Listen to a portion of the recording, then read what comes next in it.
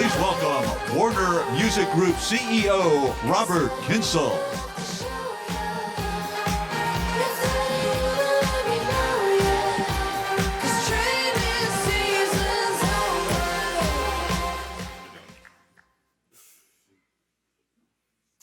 Robert, David. thank you for being here.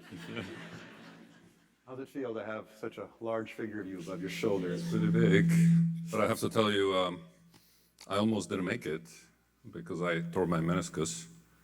But one doesn't cancel on David Israelite. So I'm here. No, but honestly, the reason I'm limping in here is because I appreciate everything David does for all of us. Very kind. I didn't know about the injury. I hope it heals soon. I know how important it is to work out to you. Yeah. Let's start with this. No, that's serious. He's a fitness enthusiast. He really is.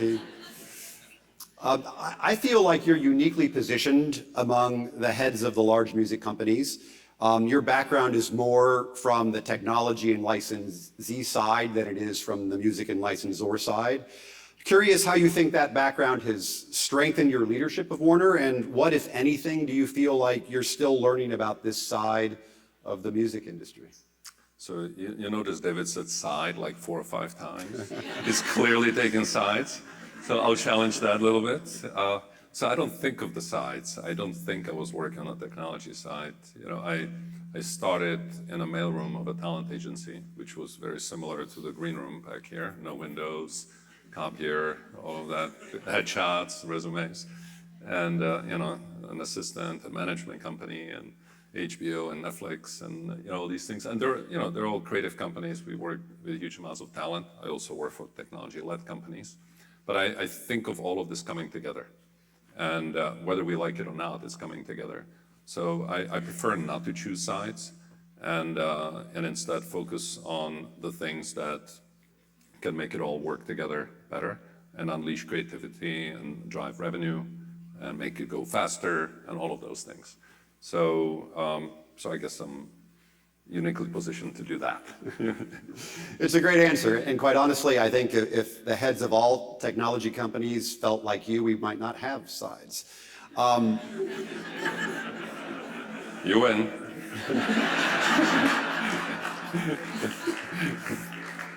You made a comment to me a few weeks ago that I thought was profound. You said that you had heard a great deal about the struggles of songwriters and music publishers in the digital age, but that now that you're leading a company that contains one of the largest music publishers in the world, you're seeing those struggles firsthand and have a greater appreciation about the challenges songwriters are facing.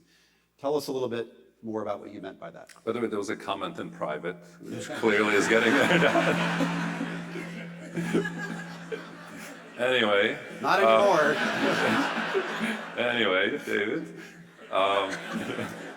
The famous YouTube NDA, I did not sign it. Exactly. So, you know, when you're on the other side, you know, on a distribution platform, the way you judge things is by how much you're paying out in total, right? And so that's how the success is measured. So that's why every time Spotify, YouTube, Apple, you know, anybody is talking about their payouts, they talk about we pay the industry X, and we grew the payments to industry by Y, and you know, and the numbers look good, etc. The way songwriters and artists experience it is by looking at their own checks, right? So it's individual. So we have this sort of dissonance of 2 different views at things. And the reason that this one, the songwriter one, is different is because through the democratization of distribution, there's way many more people creating, way many more people uploading content. So the revenue pie is getting sliced thinner and thinner and thinner. And even though the pie has grown, it's just sliced thinner and thinner and thinner. So I would say that's one of the things that's creating the dissonance. The other is that you know, a lot of the revenue is flowing slow, and some of it is trapped, and that shouldn't be for digital revenue. That should be flowing way faster. Like things could flow. You know, I think everybody, if I ask who's for faster revenue, everybody's going to raise their hand, right? And it makes absolute sense. So I think some of these things we just need to solve as an industry, and we haven't yet. And I look forward to doing that. I think that's a really good answer. I mean, later in the program, we're going to talk about the industry's growth in the last year, but yet when you're talking to a songwriter, the industry's growth doesn't mean a lot if that songwriter is struggling. Right. You came into the job with an ambitious agenda. You focused on technology. You brought several new hires in, obviously focused on digital licensing. Talk to us about some of the changes you've implemented since taking over, and what changes are you focused on in the near future? So, one of the most important things as a foundation for the future for us, I think, is that I'm bringing a lot more collaboration between the recorded side and the publishing side. So I have two sides. See, I told you, he won.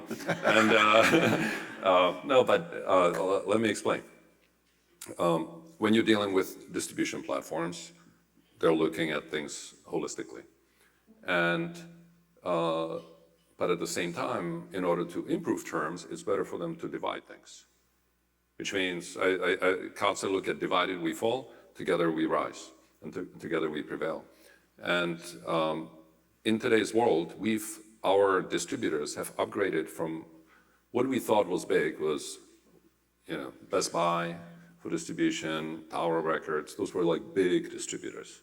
They were worth, tens of billions of dollars, et cetera.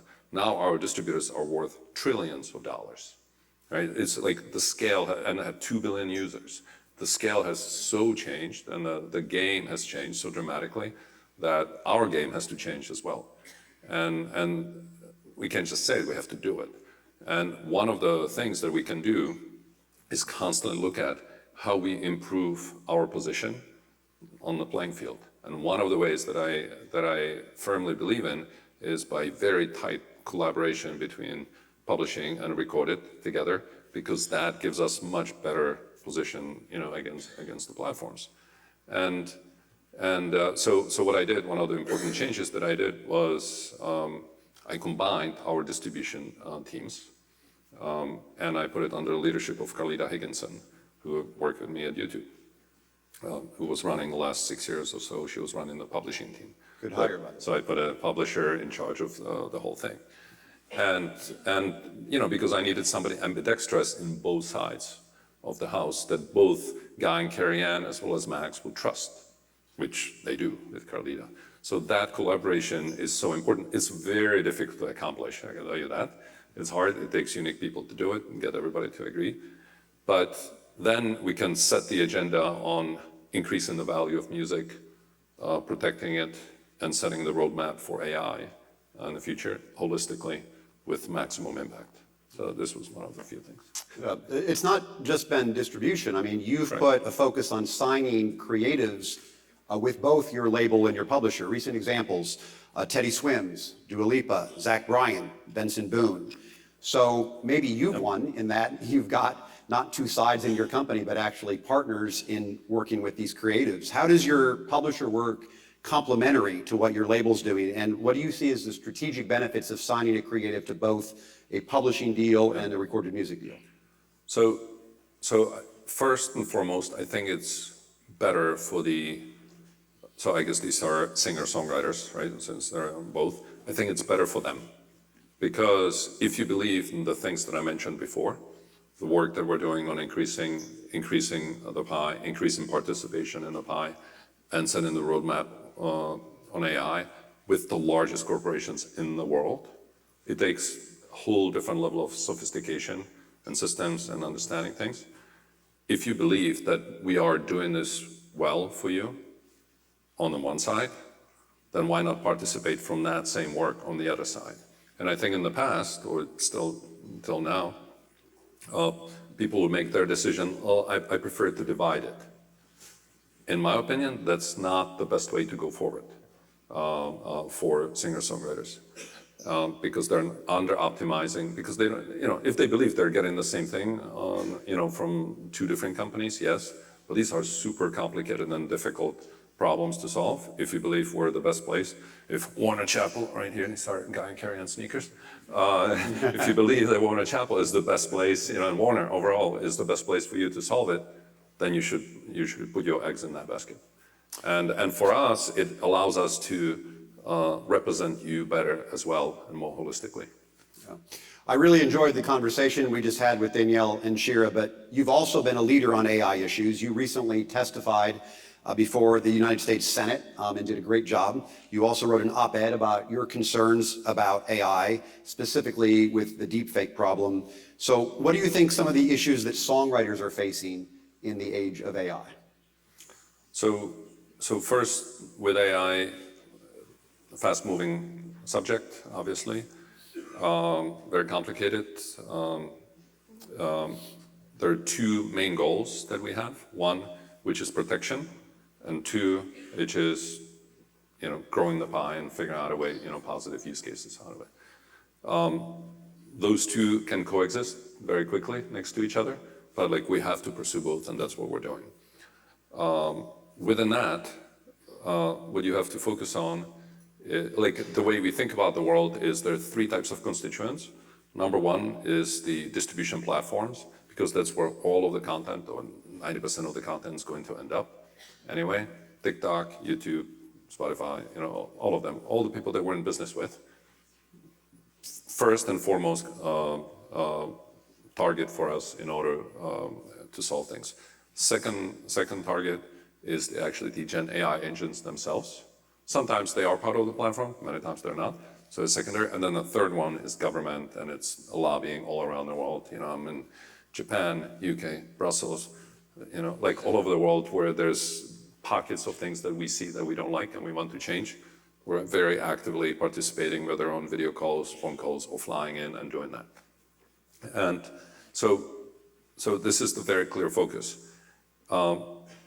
If we don't get this right, we risk creativity being replaced, human creativity being replaced by machines, which obviously is not a world that anybody wants to live in. And so for us, we take this absolutely seriously as a very, equally important thing to, increasing the value of music, right? Growing the pie and increasing participation in it, but also setting the roadmap for AI to protect songwriters' rights, artists' rights, doing it holistically, and solving it in a way that we can actually drive progress. Yeah. On a recent Warner earnings call, you talked a little bit about the Spotify bundle issue, and you said that you thought the dispute won't last long because these things don't play out well. Because I thought you will prevail, I just didn't want to say it. You may have been more prophetic than you knew when you said it. Any comments on that situation and how your company is reacting to attempts, not just by Spotify, but any attempts to try to divert payments away from your songwriters in a way that we think are illegitimate? Yeah, so first, I want to say thank you again for all of your work that you're doing. David and I talk frequently. It's important, right? Actually, I believe in collaboration and sharing own information and quick direct access, right? Because in a fast-moving environment, that's important, right? Just don't let daylight get between people who can make decisions and move things along. That's one. I think if you look back, I don't know, 18 months when I started on the job, we had no price increases for 15 years. Everything was the same, lacking inflation. Since then, we had price increases by everybody, some of them twice. Right, so we've moved things in the positive direction to increase the pie, right, to grow it, and that will continue. This bundling is like a variation of that, right? That's now emerged, and in theory, I'm supportive of bundling, but we just have to make sure that we sort out all the details in a way that it works for us, for the industry, correctly, and so that the value is accruing exactly the way we want. So the answer is yes, but. I know you've also been focused on another challenge for the industry, and that is reform of collecting societies around the world. Maybe share with us some of your concerns in that area and how you think we can achieve some of the reforms that you're hoping to see from worldwide collection societies? I think this ties a little bit to the topic that you asked up front about, the songwriters and how they're feeling. And one of the things that troubles me personally is that we're basically collecting digital revenue the way we've collected analog revenue for decades. And then the speed of it, everything is the same, right? So that's something that we all collectively can do better. And I think that would help songwriters tremendously. That's one piece. The second one is that there's a wealth of repertoire ownership information that sits with the collection societies, PROs, the MLC. There's a large volume of data about ownership. Not everything matches perfectly. And I actually think that they should collaborate, and we should enable it and figure it out, to collaborate to actually erase the unknown part of ownership as much as possible.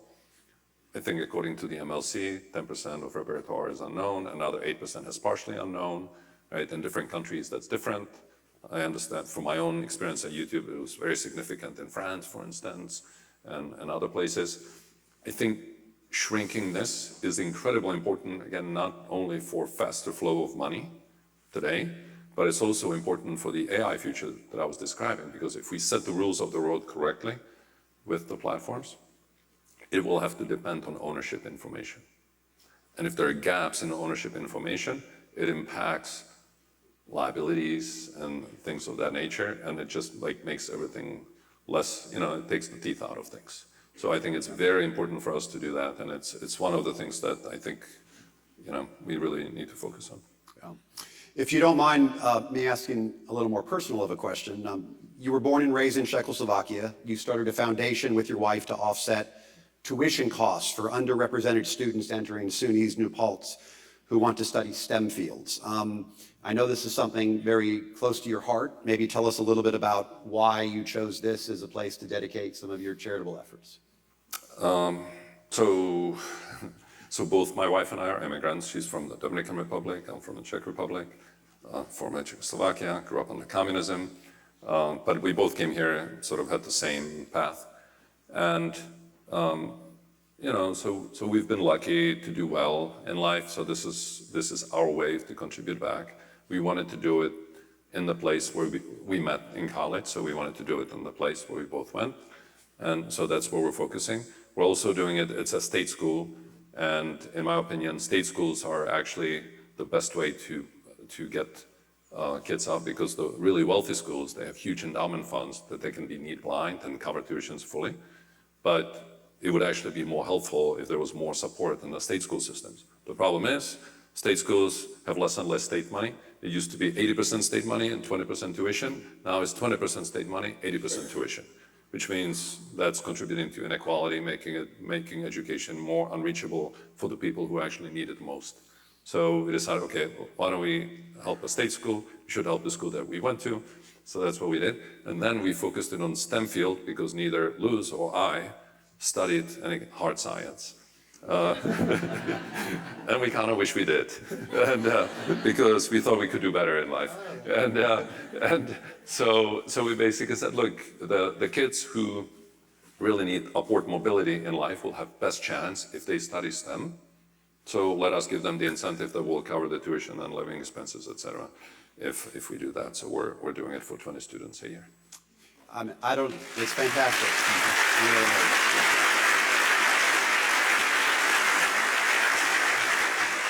And I might disagree a little bit. I think the music industry is incredibly hard science when you really break it down. I'll end the interview on this. You inherited an amazing team at Warner Chappell, led by Guy Moot and Carrie Ann Marshall. I know that you agree with that because a few months ago you extended them both to long-term contracts. I also know that you agree with that because Warner Chappell has been such an important part of the Warner Music success story as a public company. I'm guessing it didn't take long for you to recognize how lucky you were to work with Guy and Carrie Ann, but maybe a final comment about your publishing. Yeah, totally. It's a very, when I came, I was like, why do we need two people doing that job?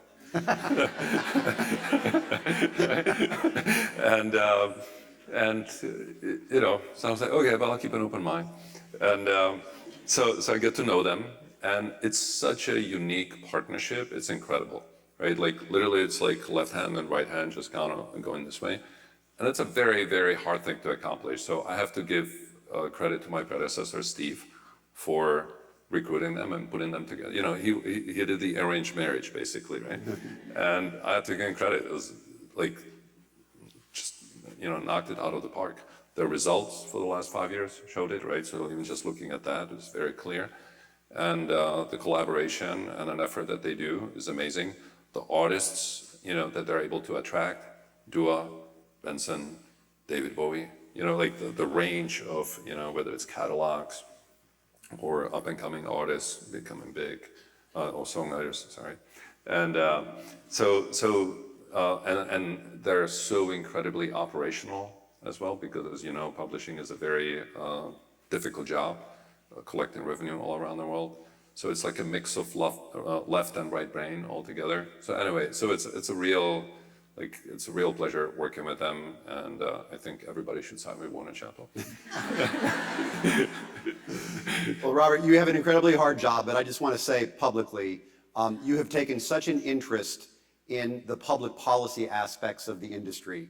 I know my good friend Mitch Glazier, who runs the RIAA, and I really appreciate just how much you've been willing to spend on the jobs that we do.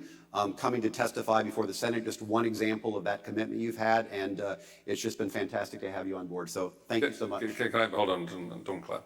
No, because I want to say this. So I spent a lot of time lobbying on the other side, right? All around the world. I did that quite a lot. So I actually know this game, know the people involved, etc.